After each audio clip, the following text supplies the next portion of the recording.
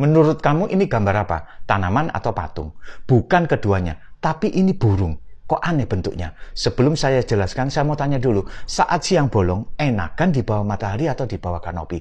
Jawabannya ya pasti di bawah kanopi. Alasannya ya supaya nggak kepanasan dan terlindung dari sengatan sinar matahari.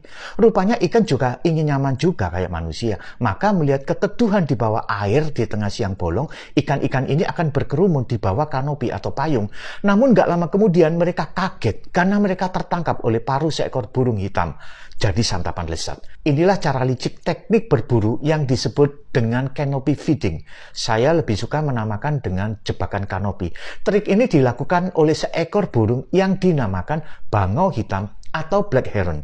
Caranya unik, ia melebarkan sayapnya melingkar sampai membentuk seperti payung atau kanopi dan menarik minat ikan-ikan kecil.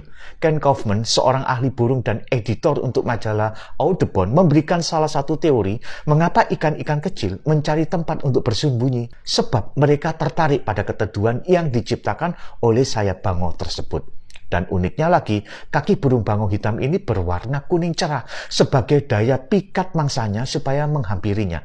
Tidak heran jika ikan-ikan akan berbondong-bondong menghampiri dan berlindung di bawah kanopi tersebut. Setelah itu tak lama kemudian mereka dimangsa burung bangau hitam itu. Ada dua kata kunci untuk keberhasilan dari perburuan ini. Pertama, daya pikat yang menarik. Dan kedua, rasa aman yang palsu. Dua kata kunci inilah yang juga dipakai oleh iblis untuk menjerat anak-anak Tuhan. Daya pikat yang menarik dan rasa aman yang palsu. Iblis memberikan daya pikat kepada anak-anak Tuhan dengan segala sesuatu yang cocok dengan apa yang mereka inginkan. Gereja didesain menjadi tempat entertain yang hebat supaya jemaat banyak berdatangan. Kenyamanan disediakan semaksimal mungkin supaya memikat banyak ikan, bahkan menyeser dari kolam tetangga juga. Jebakan kanopi ini semakin tersamarkan dengan semua aksesoris rohani. Dari puji-pujian, doa, bahkan firman-Nya, semuanya warna Kristen. Sejauh ini masih oke lah, sampai pada titik di mana tidak ada proses pemuritan, tidak ada juga perubahan dari benih menuju pohon yang berbuah.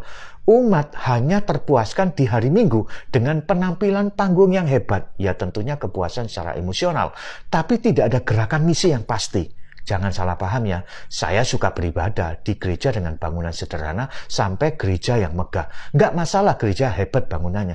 Tapi jika kasih dieliminasi dan tidak ada perubahan jemaat yang semakin diserupakan dengan Kristus, dengan bukti yaitu semakin mencintai Kristus, dan juga tidak ada salib dalam pengajaran dan khotbahnya, serta mengabaikan Kristus sebagai sentralitasnya, maka jangan-jangan mereka berada di bawah canopy feeding, alias jebakan kanopi. Ini bukan kenyamanan sejati, tapi jebakan palsu yang tersamarkan. Merasa sudah diselamatkan karena rajin ke gereja, tapi tidak ada perubahan hidup.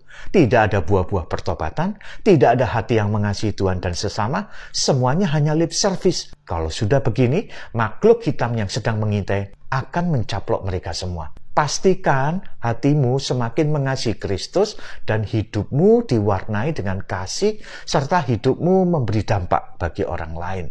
Hati-hati ya dengan jebakan kanopi. Amin.